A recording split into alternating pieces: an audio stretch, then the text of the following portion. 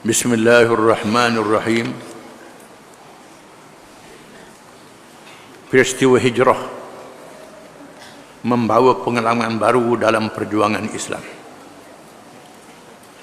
Kalau sebelumnya mereka mengalami ujian, diejek, ditahan, diseksa, dan ada yang mati dibunuh, tetapi hijrah menguji kecintaan mereka terhadap Allah Subhanahu wa ta'ala dan Rasulnya, mengatasi kasihkan tanah air, harta benda dan rumah tangga. Mereka telah berjaya dalam ujian pertama tersebut dan membuktikan kesungguhan menghadapi ujian yang berikutnya apabila mereka telah melaksanakan hijrah menuju Yathrib yang telah meninggalkan tanah air yang dikasihi, harta dan rumah kediaman. Hijrah ni bukan sebarangan, bukan benda yang mudah. Ada orang kaya yang senang, tak ada masalah, boleh bawa anak bini sekali. Ada orang terpaksa meninggalkan anak isteri, macam Abu Salamah, terpaksa meninggalkan harta. Yang mesti ialah meninggalkan tanah air yang dikasihi, tempat dilahirkan, tanah tumpah darah, supaya pergi ke Yathrib yang nama akhirnya Madinah. Pergi, Allah Ta'ala menjanjikan kemenangan. Tak nampak lagi, janji dia. Allah menjanjikan kemenangan, tetapi percaya pada janji Allah,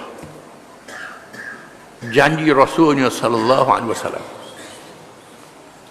Kerana nak memelihara agama Islam, nak meninggikan agama Islam dan sayangkan agama Islam lebih daripada diri sendiri, lebih daripada tanah air, lebih daripada harta, lebih daripada kaum keluarga, lebih daripada segala-galanya. Islam lebih disayang daripada segala-galanya. Mereka berhijrah, mesti sayang pada Islam, pada Allah dan Rasul lebih daripada segala-galanya.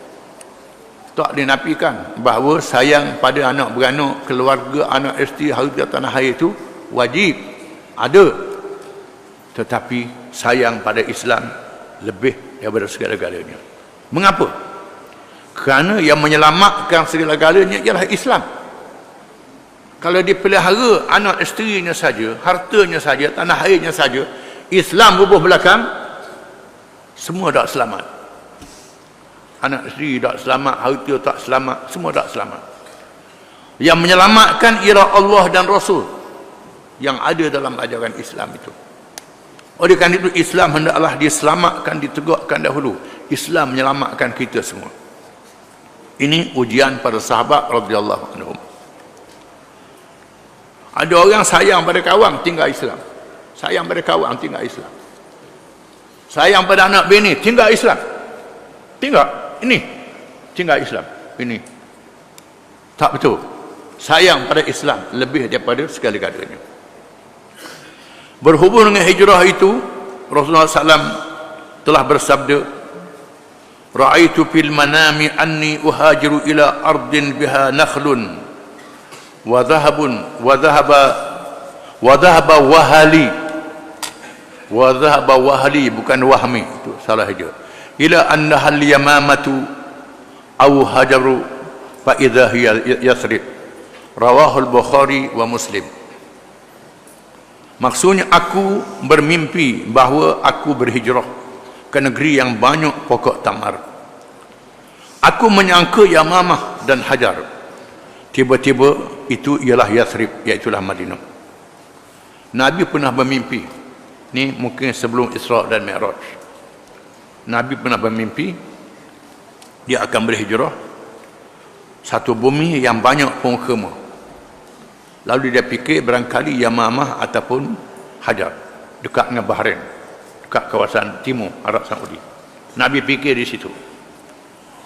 Tiba-tiba bukan situ, tiba-tiba ia Yathrib, ialah Madinah.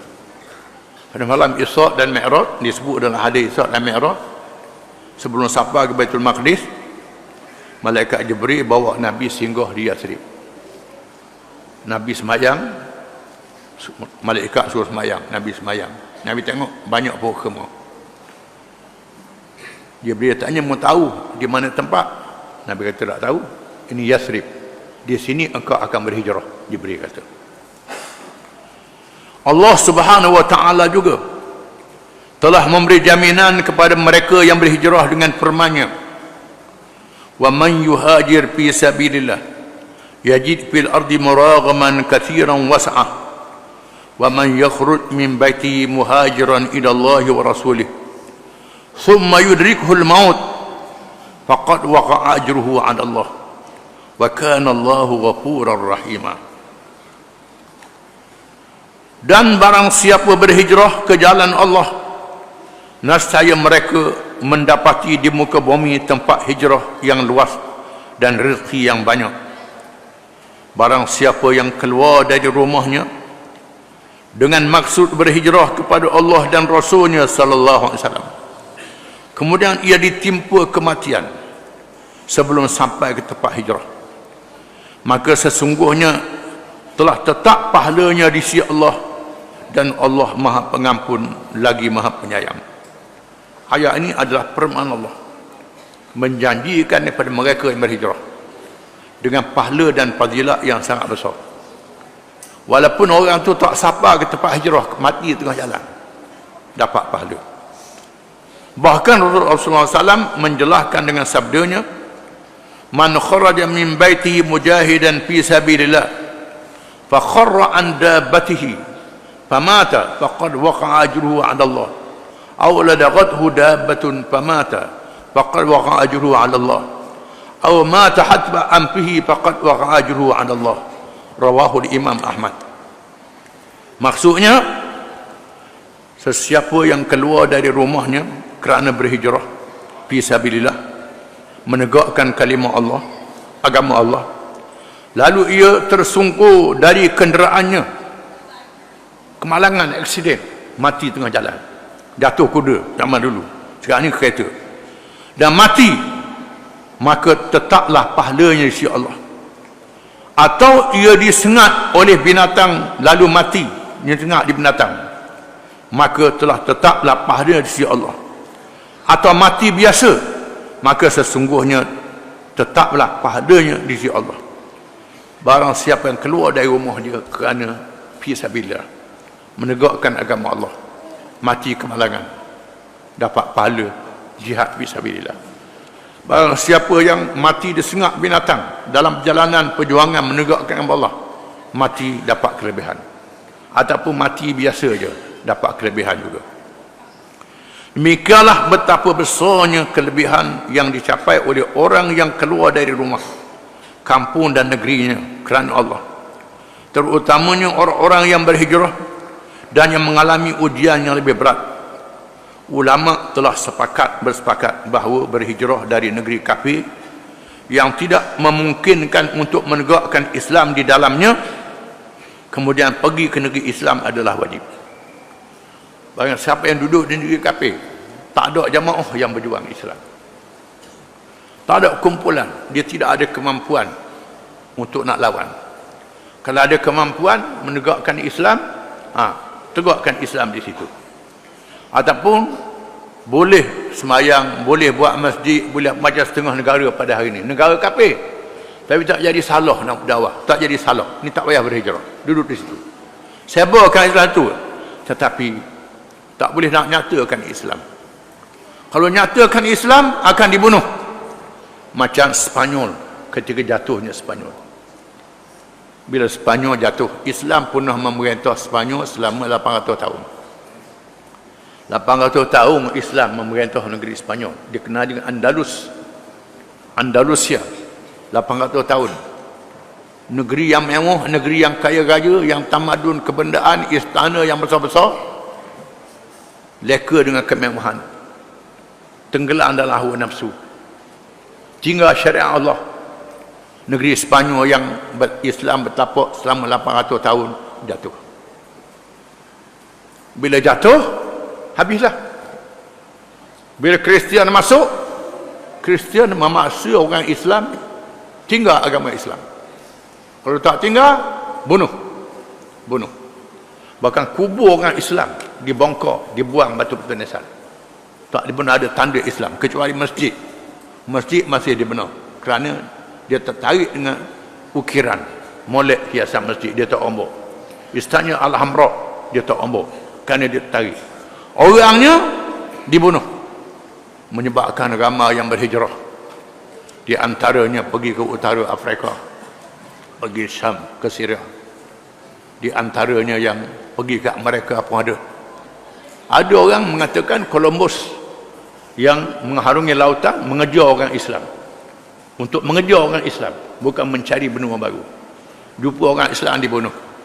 Dan ada pandangan mengatakan ada orang Islam yang sampai ke Amerika di masa itu, yang dibunuhnya. Ada yang sempat bersembunyi. Dia nak hapuskan Islam ni habis-habisan. Yang tak mampu berhijrah duduk di Spanyol, menyembunyikan agama di rumah masing-masing. Hari ini selepas ratus tahun, mungkin 1000 tahun, muncul semula Islam di Spanyol. Ada lagi orang pelara Islam di Spanyol. Islam tak boleh dipadam cahayanya.